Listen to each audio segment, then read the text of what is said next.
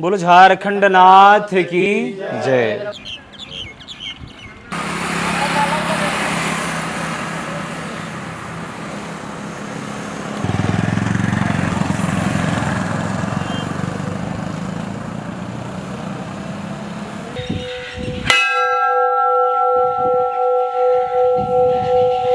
मेरे झारखंड नाथ, सबसे पहले प्राचीनतम एक किंवदंती कथा है।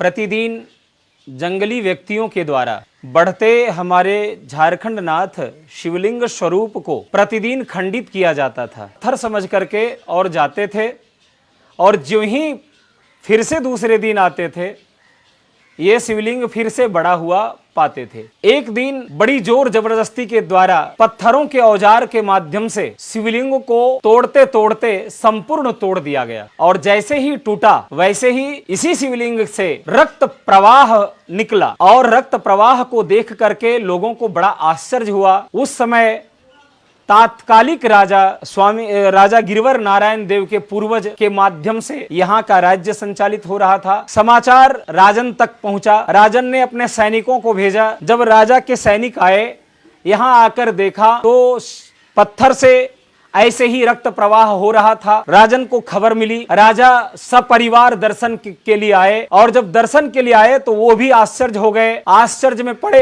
राजा अपने घर लौट कर गए, और उस रात्रि में राजन ने स्वप्न देखा कि मैं झारखंड नाथ के नाम से भगवान भोलेनाथ ही हूँ, मेरी पूजन की व्यवस्था करो राजन। तब मेरे पूर्वजों को करताराम, बोधाराम, जोधाराम, 3 भाई हमारे पूर्वज जो राजा के माध्यम से पुजारी के रूप में यहाँ आमंत्रित किया गया। इस बाबत में हमें 4 गांव दान के लिए मिला, जिसमें सिंगारडी, मुरखारी, सुरही, गोमदाडी और नावागढ़। उसी समय से श्रृंगार पूजन की परंपरा यहाँ चलने लगी। यह जो भूमि है, इस भूमि को तपोभूमि के नाम से भी जाना जाता है। शिव पुराण में उल्लेख है कि स्थानम मया त्यक्त्वा तो गम्यते दक्षिणे वृक्ष खंड के। इस स्थान का नाम झारखंड है, लेकिन पुराणों में उल्लेख मिलता है वृक्ष खंड। तो वृक्ष खंड और झारखंड शब्द एक है, इसीलिए हो सकता है उसका अपभ्रंश शब्द होकर झारखंड हो सकता है। देखिए, हमारे भोलेनाथ का कोई अंत है। सुनते आए हैं पूर्वजों से कि ये बहुत घना जंगल था, और इस जंगल में जो कि शिव पुराण के कहानी से मिलता है कि अर्जुन जी गांडीव धारण करने पाने के लिए इसी स्थान पर वो तपस्या किए थे। और ये हमारे भोलेनाथ जो है, ये 12 लिंग के अंदर नहीं आते हैं, ये शंभु लिंग है, स्वयं शंकर हैं। और यहाँ 2 लिंग हैं, एक शंभु लिंग से और दूसरा कामना लिंग। 10,000 वर्ष तपस्या करने के बाद रावण की मनोकामना पूरी नहीं हुई, तो स्थानम मया त्यक्त्वा, तो स्थान को छोड़ करके, कैलाश को छोड़ करके स्थानम मया त्यक्त्वा तो गम्यते दक्षिणे वृक्ष खंड की, वो दक्षिण वृक्ष खंड की ओर चला है। और यहाँ तपस्या करने के बाद उनकी मनोकामना पूरी हुई, तब जाकर के वो शिवलिंग लेकर के लंका की ओर चले। बोले झारखंड नाथ की जय।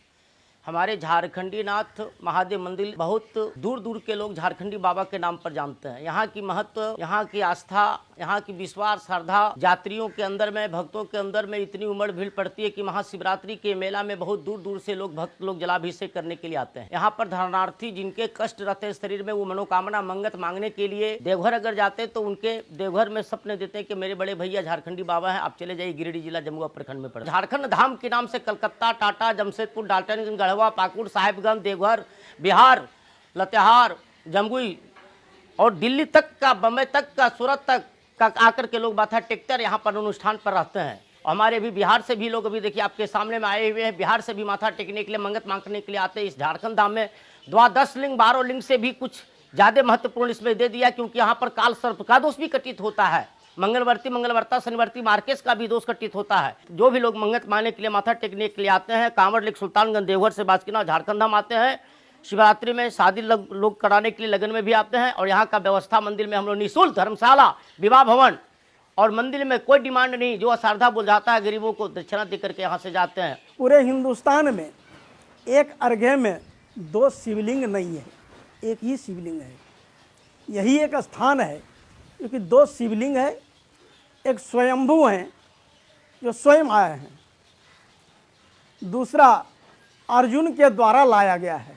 जब अर्जुन अपने युद्ध में परास्त होने लगे तो हारे तो हरि को पुकारे। जब लोग हारने लगते हैं तो भगवान के शरण में जाते हैं, तो भगवान का पूजा करने लगे।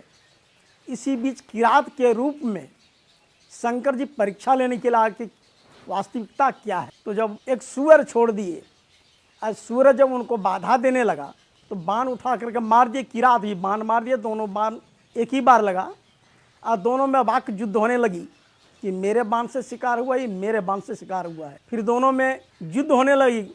अर्जुन बोले क्या किरात तुमको भी बाणों के भाषा से समझाते हैं। अर्जुन अपने आप को हार पाने लगे तो कहे किरात कुछ क्षण के लिए तुम रुक जाओ, मैं अपने इष्ट को मनाता हूँ। फिर भोलेनाथ को मनाने लगे, अगल बगल से चुन चान के फूल माला ला करके अर्पण किए और जो है ध्यानस्थ हों वो फूल माला उड़ करके किरात के गले में चले जाए। जब आंख खोलें तो देखें कि माला ये पहन लिया है, पुनः वो खड़ करके माला उनके गले से उतार करके फिर पवित्र करके फिर शंकर जी को शिवलिंग को अर्पण करें। ये प्रक्रिया तीसरे बार जब हुई तो अर्जुन का ध्यान खुला कि स्वयं शंभु हैं, शंकर हैं, महेश हैं, उमा है, महादेव। तो विनती प्रार्थना करने लगे। तो महाभारत में दिया हुआ है करेंगिया शत्रुनाश द्वारा छाड़ा कृतिवासा, यही बारह देहो महासाया। तो किरात बोले शंकर के रूप में आकर के, हे अर्जुन तुम परीक्षोत्तीर्ण हो गया, यह गांडीव जो है तुम चलाने लायक, यह गांडीव तुम्हें प्रदान किया जाता है। एक ऐसे धारणा वाले जिनको स्वप्न हुआ यहाँ से नावाडी जाओ और स्नान जब करने जाओगे तो 3 कमल का पत्ता सामने में दिखेगा, उसके नीचे तुम्हारी दवा बांधी होगी, वो लाल कपड़े में बांधी होगी। महिला यहाँ से आनंद फानंद में अपने पंडा पुजारी को बता करके कि महाराज ऐसा ही स्वप्न हुआ है। बोले तो चलो। पंडा भी यहाँ से गए और ठीक नावाडी पहुंचे। 3 पत्ते वाला कमल पत्ते के नीचे जैसे महिला बेचारी हाथ डाली, कमल के नाल में लाल कपड़े में एक जड़ी बंधा था।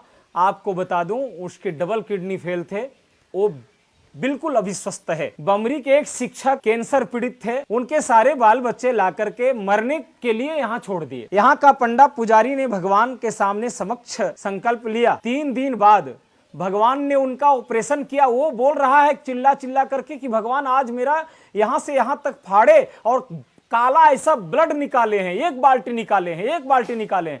हम लोग सोच रहे थे ऐसे मरने वाला है, बोल रहा होगा, लेकिन आपको बता दूं वो आदमी जीवित है और अभी बड़ा स्वस्थ है। पूरे बाल उसके उड़ गए थे, अभी पूरे बाल आ गए हैं।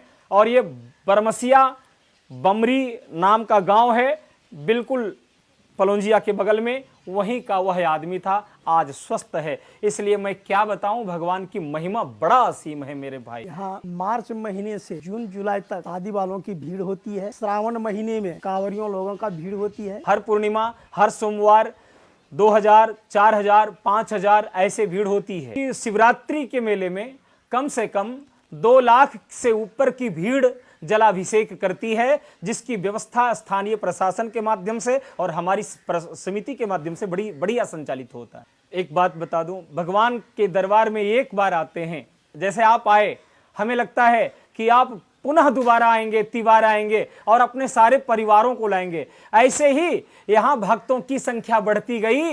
एक दिन जंगल था, आज तो हमें लगता है कि मैं गिनती नहीं कर पाता हूं कि कितने भक्त आते हैं और कहां कहां से आते हैं।